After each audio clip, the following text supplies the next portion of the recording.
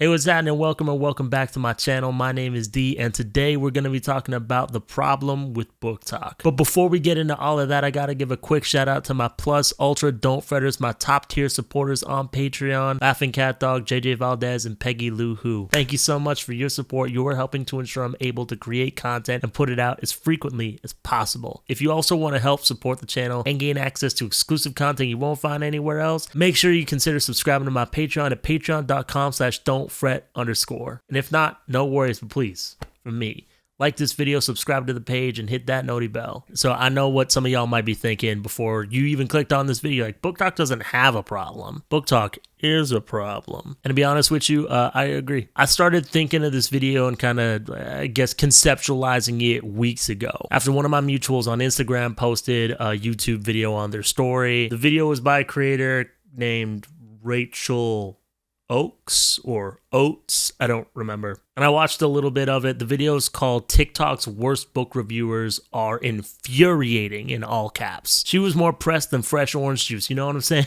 So if you want to check it out, you absolutely can. I watched like a little bit of this video, and personally, I found it infuriating, in all caps. No, I'm just kidding. It did rub me the wrong way, but like, no shade to this creator. I don't know her. I haven't watched a lot of her content, and I don't have like a problem with her as a person. I just thought it was kind of whack that she was like, I don't have TikTok, I don't understand TikTok, but I'm gonna look at 3 people and be like, this is all of BookTalk. You know what I'm saying? And 3 of the most like annoying BookTalkers I've ever seen. And that YouTube video kind of reminded me of that little white kid who went viral for being like, does anybody on this godforsaken app read a single book that isn't just straight up It's not spice, it's not a romantic novel, it's his eye was like twitching. He's like, it's not spice, it's not an erotic novel, it's porn. That kid was ugh. And then he followed that shit up with some like, but what about the kids? These spicy books have cartoon covers, and like kind of veered into some weird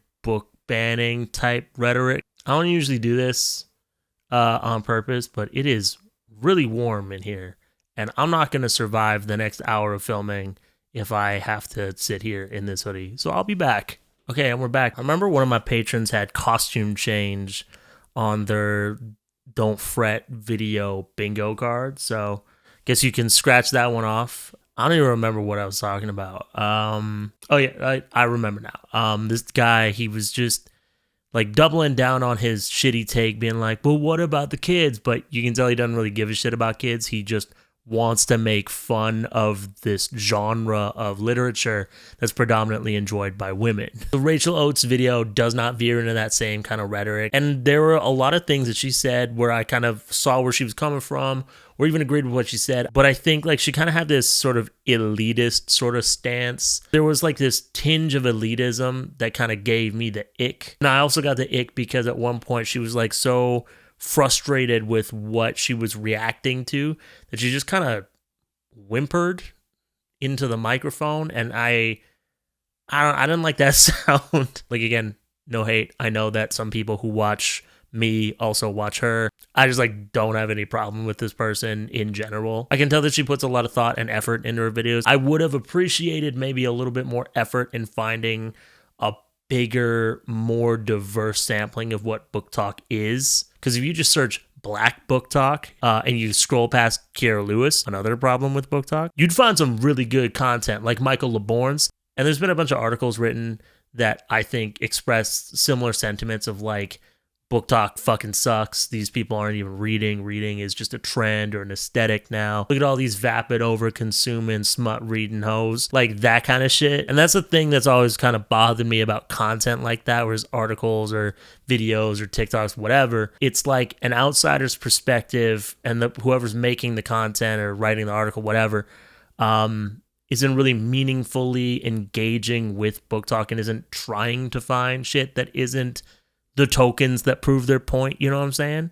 And then they present that for clicks and likes and whatever. And I don't know, like, this isn't going to be like a not all BookTalk video, because I'm also not on there, you know, like I left and I'm not about to do a video that's like in defense of BookTalk or whatever. Like I did, I guess in a way, get my content creator start on BookTalk. It's a very long roundabout story that I've told a million times on this channel. So I guess one more isn't gonna hurt. I got onto TikTok partially because I was told that it would be a good way to get myself out there and share my work and maybe draw in, you know, people who'd be interested in my poetry or my music. My Instagram account is pretty dead. It's never gonna grow. And any TikToks that I made sharing my, you know, poetry or my music didn't really do anything. Like, for a while, I was friends with more successful TikTokers, and they all would complain about shadow banning and be like, oh, my views are down, I'm never gonna grow. But they had like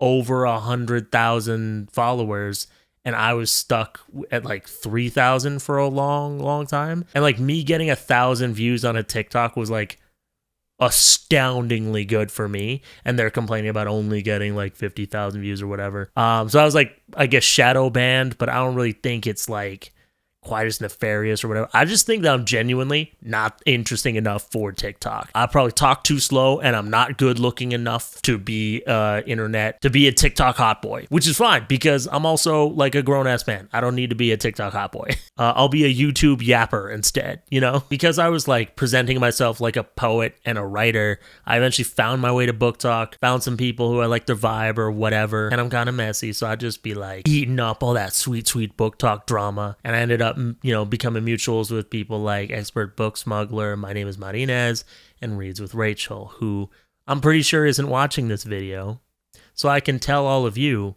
is the reason that this channel exists. But don't any of you go and tell her I said that. I know there's like a little middle section of like the Venn diagram of our subscriber base, even though her circle is much larger. I just don't need y'all going back to your Discord server like, "He's talking shit again." So as I make this video, and I guess as you're watching this video, bear in mind that like I'm not trying to dunk on BookTalk or complain about it or, you know, make fun of people for liking shit or whatever. And I'm not doing it from an outsider's perspective. All of my opinions are formed from my own personal experience of BookTalk and my own observations of it as somebody who was engaged with it pretty heavily for like a year. And I have a list of problems that I have with BookTalk. And to be completely honest with you, I don't have the like mental energy to go through the entire list of problems I have with BookTalk, but I am going to talk about a couple of things on that list. First off, I don't actually have a problem with the smut that's on BookTalk. I don't really care for smut. I don't know if you figured that out. I feel like you would have if you've been watching this channel for a minute. In a way, it kind of makes sense that smut is a big part of BookTalk. I think a lot of people on BookTalk are moms or, you know, single parents who don't like go out a ton because they're like busy taking care of their kids. They don't have a lot of energy for other hobbies, so they read a lot. Not just on BookTalk, but in all the book internet spaces, like whether BookTube, BookTalk, or Bookstagram. Fuck, that's annoying. I find all these terms kind of annoying. Can I be completely honest about that? I think finding community wherever you can is a good thing. And I think that, you know, women talking about like things that they like or, you know, if we're talking about smut or whatever, like them talking about sexuality or what they're attracted to or their desires outside of or without centering male pleasure is also like a good thing, you know? So on the face of it, I don't really have a problem with the smut on BookTalk. I do think there are times where it gets out of hand because all things on the internet eventually get out of hand, you know what I'm saying? Like when a bunch of grown women are engaging in like weird groomer behavior and recommending dark romance books to a 16-year-old creator, or when people named Kiera Lewis were sexually harassing hockey players and making their wives super uncomfortable. That was weird. And then being like, yeah, well, he was gonna get sexually harassed anyway, so what's your problem? You're just mad you don't get the views that I get? That was also weird. Like all that kind of behavior is super fucked up, creepy, weird. Do I think that BookTalk made people like that?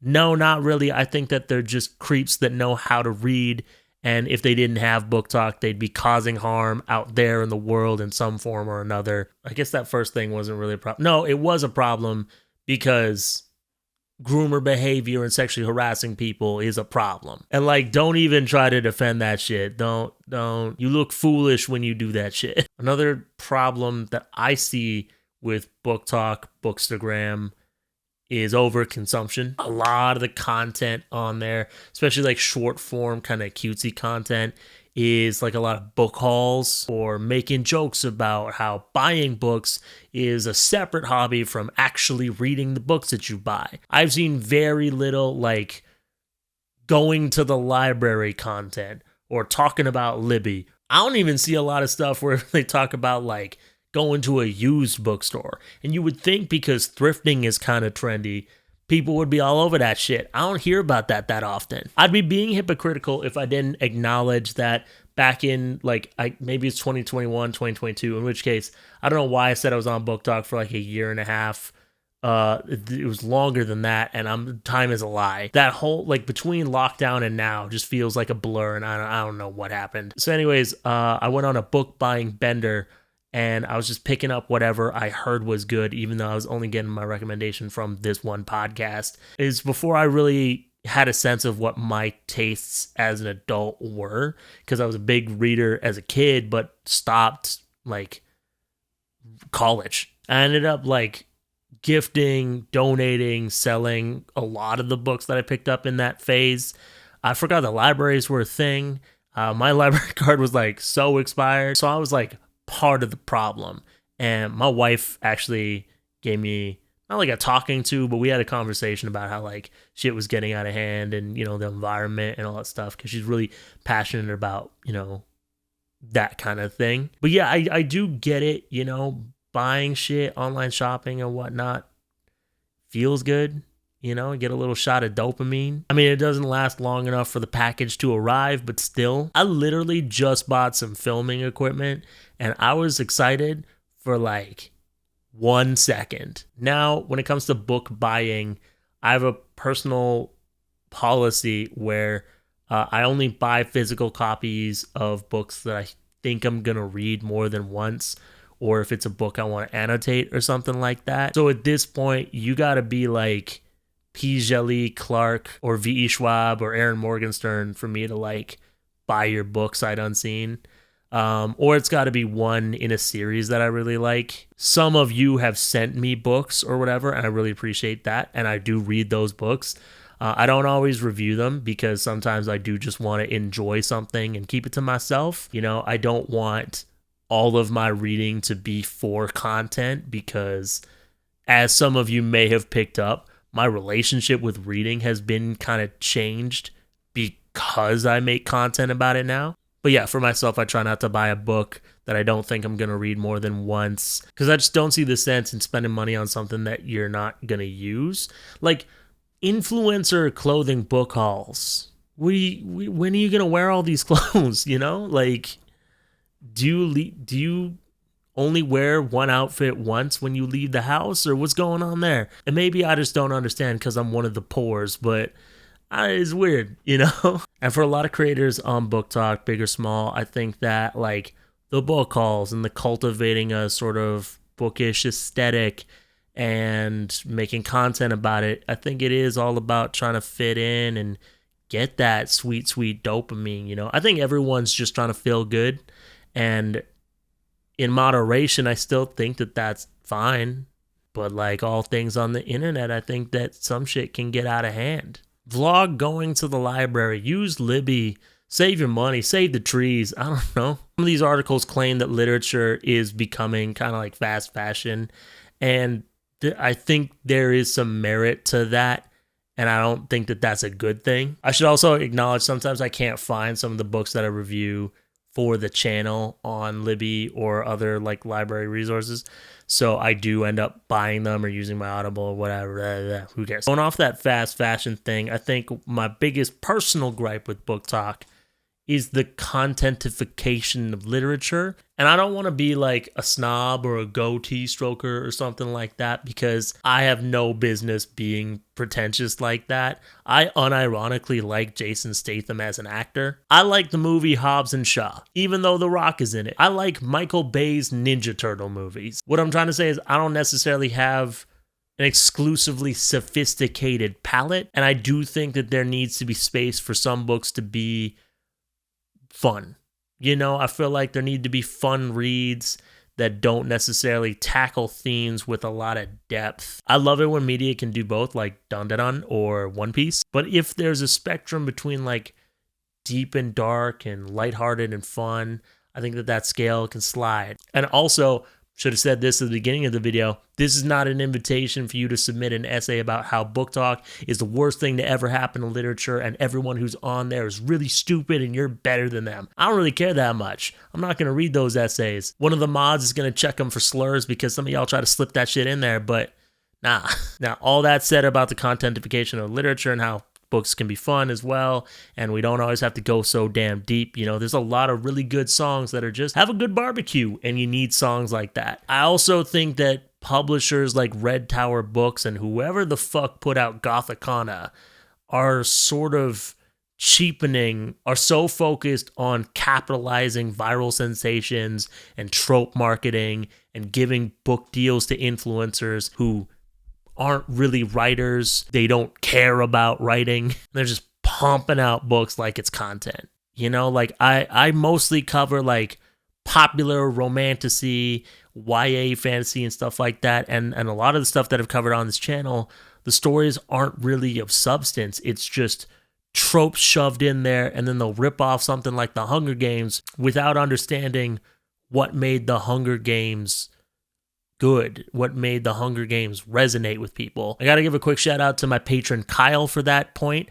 I don't know if The Hunger Games is good. Never read it. Saw the first movie and I hated it. And before anybody comments, I'm not doing it. You can't make me. I'm not reading Brandon Sanderson. I'm not reading The Hunger Games. And honestly, I'm not gonna read another Sarah J. Maas book. I still feel gross from reading Akutar. And I didn't make enough to make that gross feeling worth it. And I'm not gonna look back at the past like, you know, it was a literary utopia. I'm sure there's a lot of trash books from back in the day that were written by trash people, because trash people have existed all throughout history. And maybe it's because of social media. Like, one of my favorite things about the internet is that it's helped kind of give more people keys to the gate, or tear down the gates or whatever. Anybody can become a musician. Anybody can make a short film and put it on here on YouTube. Anybody can, you know, become a writer. And also, that's the worst thing about the internet. Sometimes those gates do need to be kept, you know what I'm saying? I'm so pretentious when I say this.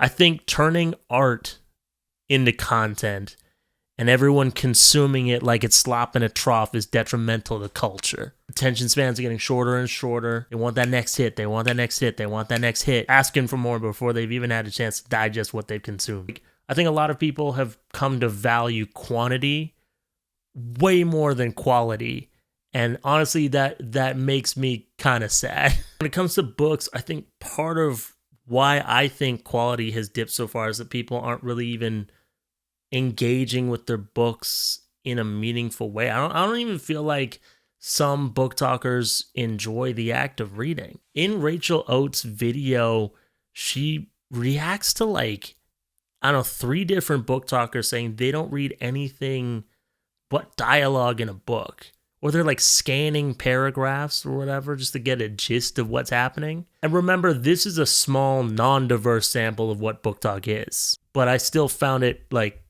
very confusing and maybe a little distressing. Like, what do you mean you only read the dialogue? Like, what?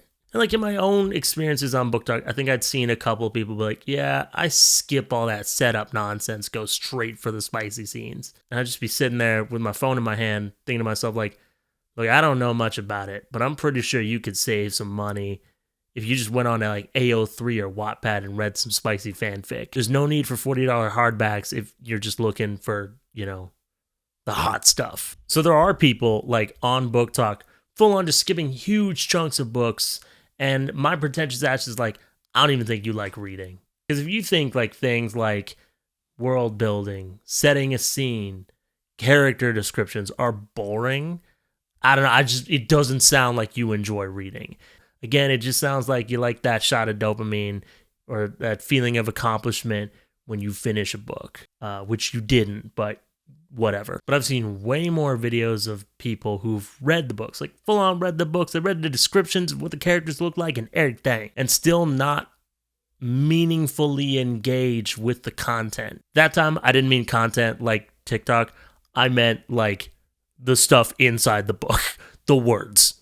Like, okay, my most popular videos or my most viewed videos are the ones that are like popular romantasy books. Fourth Wing, Iron Flame, Akutar, Assistant to the Villain. And while I struggle to give their respective authors flowers, because I don't necessarily care for their work, and frankly, a couple of them I take issue with how they treat and regard BIPOC, especially black women. They are attempting to like write themes into their books. Never mind the slavery apologism and Zionism in Akatar. I don't expect like white women to pick up on things like that. But there's other stuff like maybe we can do things a different way and the friends we made along the way that they're not picking up on like at all. That's where we get to another on my list of problems with BookTalk. And while this doesn't personally bother me as much as it probably does a bunch of the smarty-arties in the internet book space, I do stumble into this problem or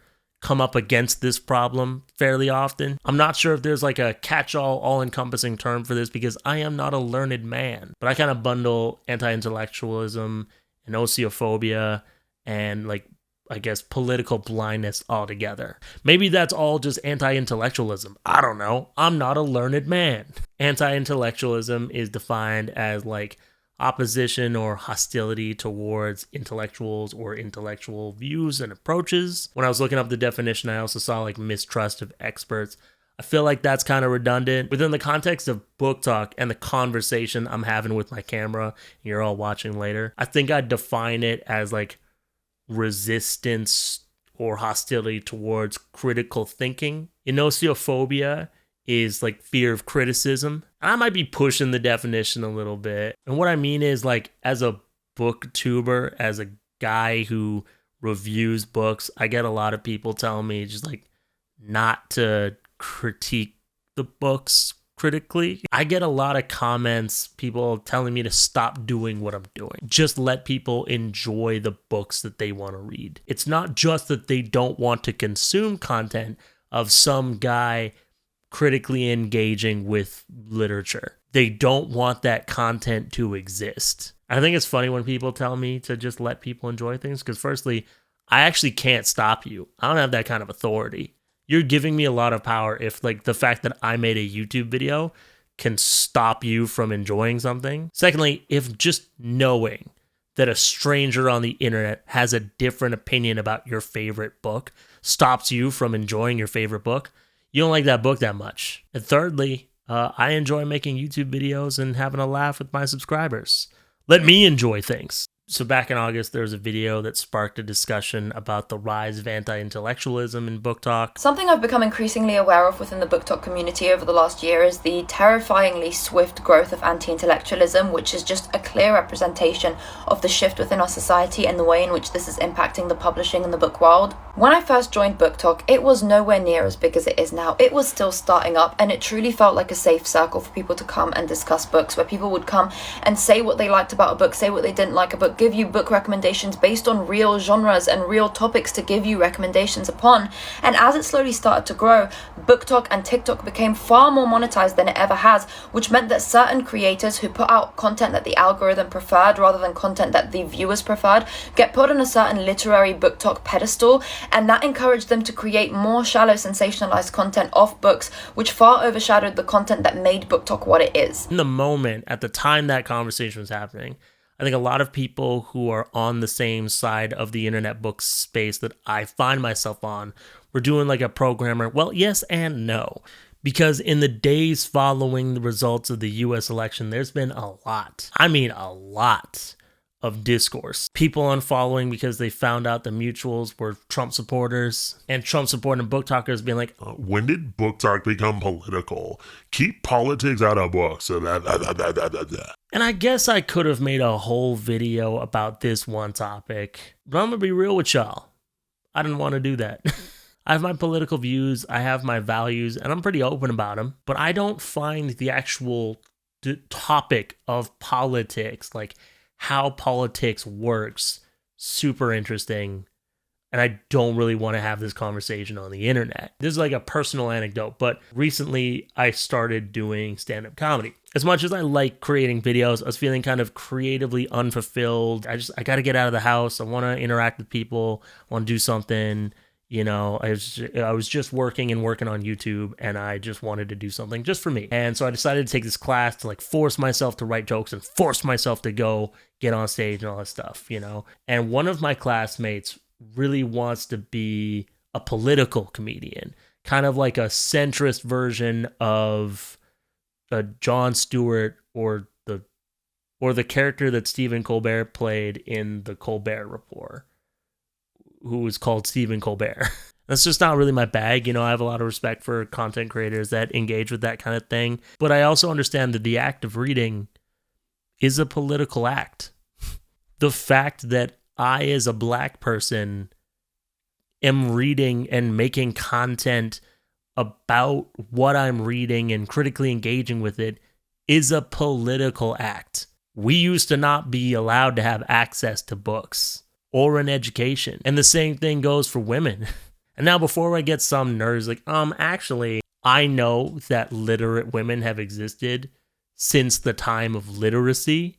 I know who Sappho, Queen of Lesbos, is, but in those times, education and literacy was reserved for the upper social class, which is still a political barrier. And if books weren't political, why would there be so many politicians and I guess conservative activists like Moms for Liberty trying to ban books in Florida?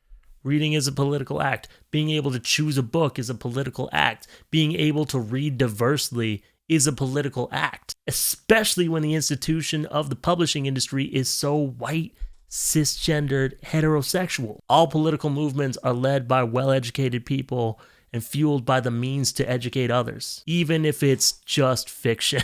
Fiction does not exist in a vacuum. All the romantasy that I reviewed have like systems of oppression, war. These authors don't just like come up with this shit. They're drawing from real life. I really like this quote from Lloyd Alexander. Fantasy is hardly an escape from reality. It's a way of understanding it. I remember in a previous video, I touched on this subject and somebody really didn't like my reading is not an escape from reality stance.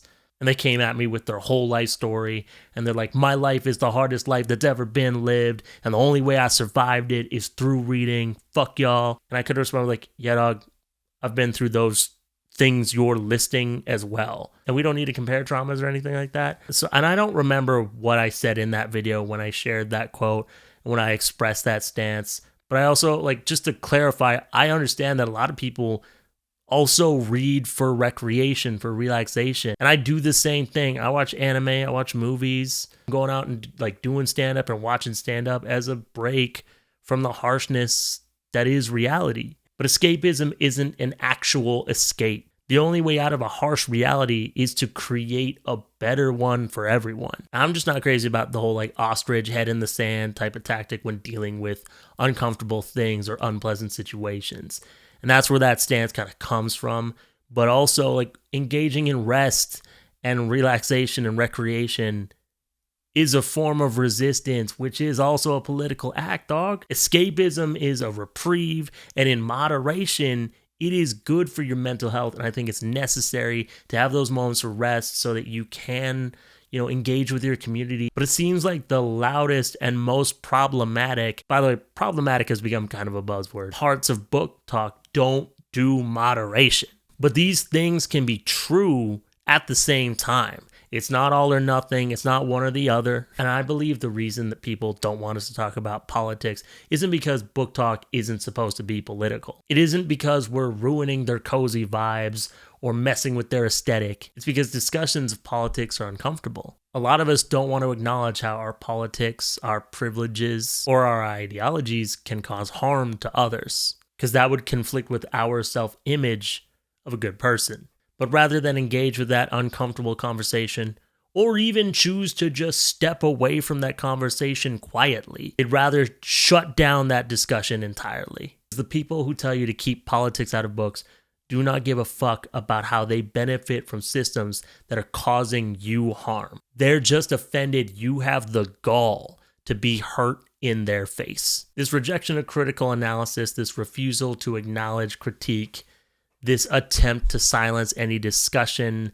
of the politics of books and the internet community surrounding books is an act of white patriarchal violence. And that is what I think is the biggest problem with BookTalk. Anyways, that's it for me. Thank you so much for watching this video. Thank you to my super duper don't fretters, Lauren, New Lauren, Desi, Cassie, Shade, and Oliver. You're helping to ensure I'm able to keep creating content and put it out as frequently as my burnout and depression will allow. If you also want to help support the channel, get access to exclusive content you won't find anywhere else, get access to my private Discord server, make sure you consider subscribing to my Patreon at patreon.com/don'tfret_.